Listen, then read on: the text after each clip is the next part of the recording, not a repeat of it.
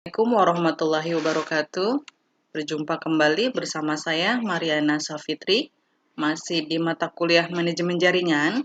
Kali ini kita masuk ke pertemuan 12, di mana akan membahas Network Maintenance bagian pertama. Karena Network Maintenance sendiri ada 3 bagian. Kali ini kita bahas di bagian pertama. Oke, apa sih yang dimaksud dengan Network Maintenance atau pemeliharaan jaringan? Yaitu berbagai kegiatan yang diperlukan untuk menjaga agar network tetap berfungsi dan dapat memenuhi kebutuhan bisnis suatu organisasi. Berikut ini adalah beberapa aktivitas yang dapat dikategorikan ke dalam pemeliharaan jaringan. Yang pertama ada instalasi dan konfigurasi hardware dan software, kemudian ada monitoring dan tuning performa network, kemudian melaporkan berbagai masalah terkait troubleshooting, kemudian merencanakan ekspansi network, kemudian melakukan dokumentasi network dan berbagai perubahan pada network, kemudian memastikan segala kegiatan yang terjadi pada jaringan sesuai dengan policy dan regulasi, kemudian mengamankan jaringan dari gangguan ataupun serangan, baik internal maupun eksternal. Kegiatan dari pemeliharaan jaringan dapat bersifat proaktif dan juga reaktif. Proaktif maksudnya pencegahan sebelum terjadi permasalahan, sedangkan reaktif yaitu tindakan dilakukan setelah kejadian. Berdasarkan jenis metode yang digunakan, Cisco mengelompokkan pemeliharaan jaringan model menjadi beberapa kategori. Yang pertama ada FCAPS, yaitu Fault, Configuration, kemudian Accounting, Performance, dan Security Management. Kita sudah bahas di sebelumnya, yang merupakan model yang didefinisikan oleh ISO. Kemudian ada lagi ITIL, yaitu IT Infrastructure Library, mendefinisikan, direkomendasikan sekumpulan praktek untuk memenuhi tujuan terbaik bisnis. Kemudian ada lagi TMN, Telecommunication Management Network, merupakan model variasi dari FCAPS, di mana targetnya adalah manajemen network telekomunikasi, telco, ini yang paling banyak digunakan ya. Kemudian ada lagi Cisco Lifecycle Service, di mana menerapkan dalam pemeliharaan jaringan yang meliputi dari prepare, kemudian plan, design, implement, kemudian operate, optimize, kadangkala disebut dengan PPDIOO model. Selanjutnya ada beberapa pekerjaan sifatnya rutin yang terkait dengan pemeliharaan jaringan. Ini di luar dari metode ataupun model. Yang pertama yaitu mengubah konfigurasi, kemudian mengganti hardware yang gagal atau sudah lama atau sudah usang, ya. Kemudian melakukan backup dengan backup data secara rutin serta berkala, ya. Kemudian mengupdate software, kemudian memonitor performa dari jaringan. Selanjutnya dokumentasi network. Pencatatan atau dokumentasi network diperlukan dalam proses pemeliharaan jaringan. Di sini Cisco memberikan saran terkait poin-poin apa saja yang seharusnya ada dalam sebuah dokumentasi. Yang pertama ada diagram topologi logika, menggambarkan interkoneksi segmen network, kemudian protokol yang digunakan, kemudian jenis servis yang ada, interkoneksi network dengan penggunaan akhir, kemudian lokasi perangkat network sesungguhnya tidak perlu digambarkan pada diagram. Yang kedua ada diagram topologi fisik, yang merupakan layout network yang menggambarkan di mana perangkat network diletakkan berdasarkan lokasi sesungguhnya. Seperti gambar jalur network yang melalui ruangan pada sebuah gedung, kemudian lokasi perangkat network di setiap pengguna akhir, dan sebagainya. Selanjutnya, daftar interkoneksi. Beberapa daftar port switch yang terhubung dengan server tertentu, kemudian jalur-jalur port diberi ID tertentu, biasanya daftar dibuat dalam bentuk spreadsheet. Kemudian daftar inventory perangkat network, kemudian ada daftar IP address yang digunakan, kemudian dokumentasi konfigurasi yang pernah dibuat atau yang telah diubah, kemudian dokumentasi desain awal dari network, kemudian dokumentasi langkah-langkah troubleshooting masalah. Oke, ini contoh dari dokumentasi network sebuah sekolah. Teman-teman bisa dilihat linknya ya. Kemudian dokumentasi network juga dapat dibuat secara online ya. Di sini ada dokumentasi online secara wiki. Wikipedia merupakan ensiklopedia berbasis internet. Wiki dapat dimanfaatkan untuk keperluan dokumentasi network. Pengguna dapat melakukan update secara online. Tentunya harus punya akun terlebih dahulu ya. Kemudian Trouble Ticket Reporting System. Suatu sistem yang merupakan gabungan dari fungsi recording, kemudian tracking, dan archiving trouble report yang dapat dikelompokkan sebagai aplikasi dari helpdesk. Contoh aplikasi semacam ini adalah RT dan Bugzilla. Ya. Kemudian, network monitoring memiliki peranan penting dalam memantau kondisi network setiap saat, kemudian memperoleh laporan statistik, memperkirakan apakah ada perangkat yang perlu diganti, ditambah atau dihilangkan. Ini kaitannya merupakan fungsi dari network monitoring ya. Kemudian beberapa contoh aplikasi network monitoring di sini ada di Nagios, kemudian Sasti, kemudian Nino, MRTG ya. Selain itu ada contoh aplikasi network monitoring yang sifatnya komersial atau berbayar. Di sini ada Tivoli, kemudian Faisler, ada Nagios 11. Nah, ini contoh dari informasi network monitoring Nagios ya. Di sini ada sumbernya dari mana, source-nya, ya dari komputer mana gitu. Kemudian di sini datanya kapan, kemudian pesannya apa gitu ya. Di sini dijelaskan atau digambarkan gitu. Kemudian fokus monitoring menggunakan aplikasi Nino. Di sini ada beberapa poin. Yang pertama ada device dan status view ya. Kemudian ada monitoring, kemudian ada event management, kemudian terakhir reporting ya. Ini cara kerja dari Nino ya, ada 4 poin tersebut. Untuk yang MRTG, ini tampilan grafiknya, ini daily-nya, hariannya ya. Kemudian ini grafik secara mingguannya, ini secara bulanan ya. Tahunan juga bisa. Oke. Kemudian selanjutnya ada data center, yaitu suatu fasilitas yang digunakan untuk menempatkan sistem komputer dan komponen-komponen terkaitnya. Di sini contohnya sistem telekomunikasi dan penyimpanan data. Kemudian fasilitas dari data center ini mencakup catu daya redundan atau cadangan, kemudian koneksi komunikasi data redundan, pengontrol lingkungan seperti AC, ventilasi, ya, kemudian pencegah bahaya kebakaran, serta piranti keamanan fisik.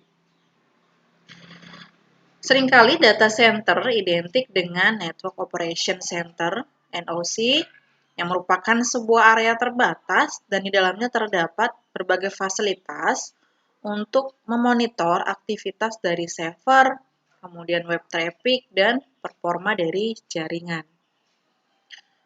Sebelum data center dibangun, maka dirancang dan perencanaan data center harus memperhatikan minimum aspek-aspek sebagai berikut. Yang pertama, lokasinya aman, tentunya ya. Kemudian memenuhi syarat sipil bangunan, kemudian geologinya seperti apa, vulkanologinya, topografinya. Kemudian yang kedua, terproteksi dengan sistem cadangan, untuk sistem catu daya, kemudian pengatur udara atau lingkungan, serta komunikasi data. Selanjutnya, aspek-aspek yang harus dipenuhi, menerapkan tata kelola standar data center, meliputi SOP-nya, ya, standar prosedur operasi, kemudian standar prosedur perawatan, kemudian standar dan rencana pemulihan dan mitigasi bencana, serta standar jaminan kelangsungan bisnis. Secara umum, data center terbagi dua berdasarkan fungsinya. Yang pertama, Internet Data Center. Biasanya hanya dioperasikan untuk kebutuhan Internet Service Provider. Sedangkan yang kedua, Corporate Data Center. Ini dimiliki oleh suatu korporasi ya, atau institusi untuk mengoperasikan proses bisnis dengan menggabungkan layanan internet dan intranet. Ini contohnya kampus juga ya, bisa menggunakan ini. Kemudian, di sini contoh data center ya, yang ada di USA. Kemudian, di sini yang mobile data center.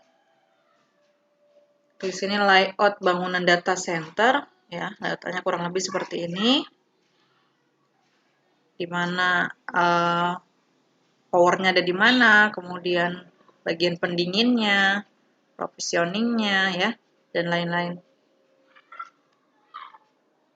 Kemudian untuk gambaran simulasi tentang data center secara global digambarkan seperti ini ya. Sini ada data center di daerah Amerika, Afrika, kemudian Eropa, Asia, dan Australia.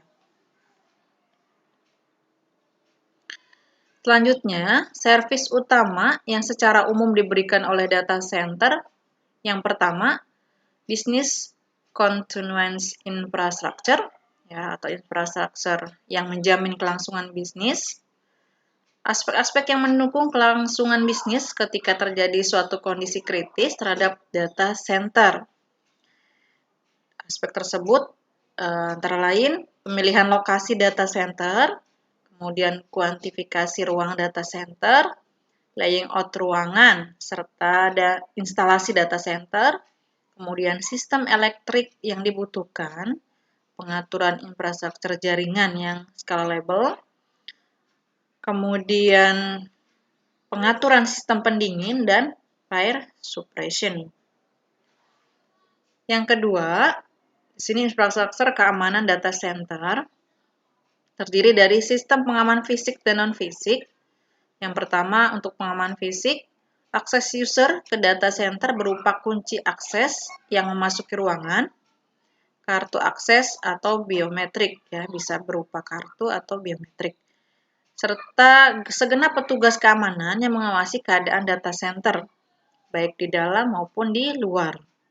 Pengamanan fisik juga dapat diterapkan pada seperangkat infrastruktur dengan melakukan penguncian dengan kunci gembok tertentu. Ini secara fisik pengamanannya. Bagaimana dengan non-fisik?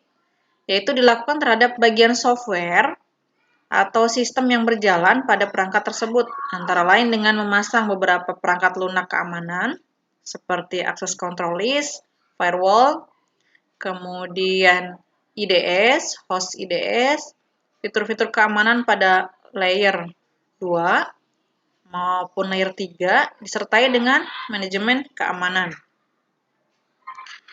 Selanjutnya ada application optimization.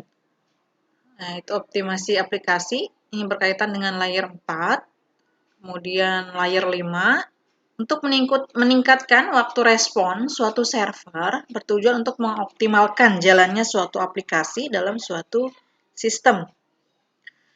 Selanjutnya yang keempat, ada infrastruktur IP. Ya. Sini menjadi servis utama pada data center, di mana servis ini disediakan pada layer 2 dan 3. Isu yang harus diperhatikan terkait dengan layer 2 yaitu hubungan antara server farm dan perangkat layanan.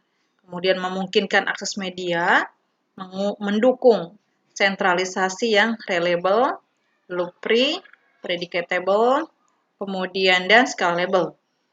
Sedangkan untuk layer 3 ini memungkinkan Fast Convergence Route Network, ya, seperti dukungan terhadap default gateway.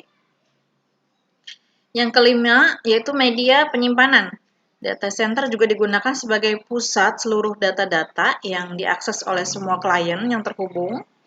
Tentunya didukung dengan kapasitas memori yang besar agar dapat melayani klien dengan kualitas yang baik, karena klien bisa saja mengakses data secara bersamaan dengan kapasitas yang besar. Selanjutnya, terkait dengan kriteria dari data center, ada beberapa. Yang pertama, availability. Ini terkait mampu memberikan operasi yang berkelanjutan dan terus-menerus bagi suatu perusahaan, baik dalam keadaan normal maupun dalam keadaan terjadinya suatu kerusakan yang berarti ataupun tidak. Data center harus dibuat sebisa mungkin mendekati zero failure untuk seluruh komponennya, ya. Kemudian scalability dan flexibility, yaitu terkait beradaptasi dengan pertumbuhan kebutuhan yang cepat atau ketika adanya service baru yang harus disediakan oleh data center tanpa melakukan perubahan yang cukup berarti bagi data center secara keseluruhan. Yang ketiga, security. Ini terkait dengan penyimpanan berbagai aset perusahaan yang berharga. Oleh karenanya, sistem keamanan dibuat seketat mungkin, baik pengamanan secara fisik maupun non-fisik. Tadi kalau yang fisik misalkan dikunci gitu ya, untuk yang non-fisik misalkan dari softwarenya. Selanjutnya, masih terkait data center. Sebuah data center memiliki kelas atau tingkatan yang disebut dengan tier. Lembaga yang membuat spesifikasi tier untuk data center adalah TIA, ya, Telecommunication Industry Association. Telah terakreditasi oleh ANSI, yaitu American National Standard Institute. Di tahun 2005, TIA mempublikasikan ANSI TIA 942, yaitu Telecommunication Infrastructure Standard for Data Center, yang mendefinisikan 4 tingkatan data center.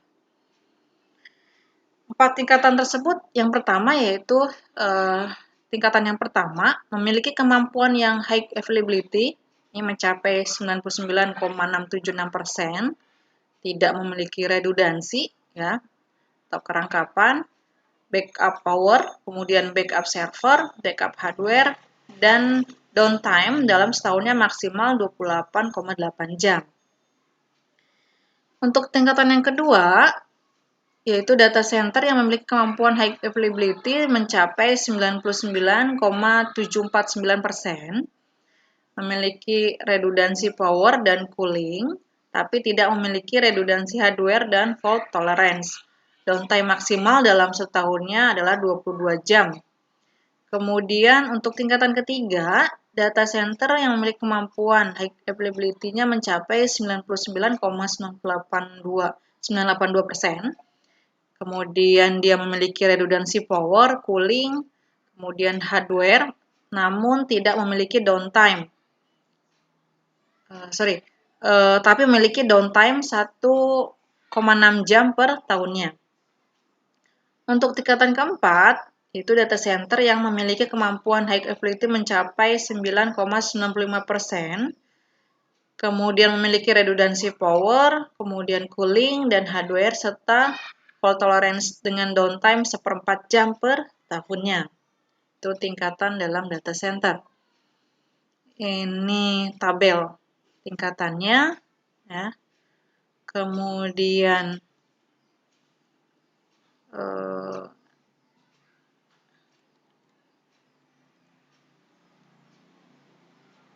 ini yang pertama, yaitu parameternya adalah tingkat availabilitasnya, ya, mulai dari tingkatan 1 sampai 4, masing-masing memiliki tingkatan berbeda-beda, ya. Kemudian parameter yang kedua adalah sifat terhadap gangguan, ya. Kemudian parameter yang ketiga adalah keadaan power dan cooling distribution. Kemudian parameter yang keempat, ketersediaan dari rice floor, PS. Kemudian parameter berikutnya generator, kemudian waktu implementasi, downtime tahunan, kemudian cara untuk melakukan maintenance preventif, kemudian skala data center yang cocok dibangun. Masing-masing punya kriterianya ya. Nah, ini teman-teman bisa lihat di sini perbedaannya antara tingkatan 1, 2, 3, dan 4. Oke, sampai sini untuk materi di pertemuan ke-12 di bagian 1. Kurang lebihnya mohon maaf. Terima kasih. Assalamualaikum warahmatullahi wabarakatuh.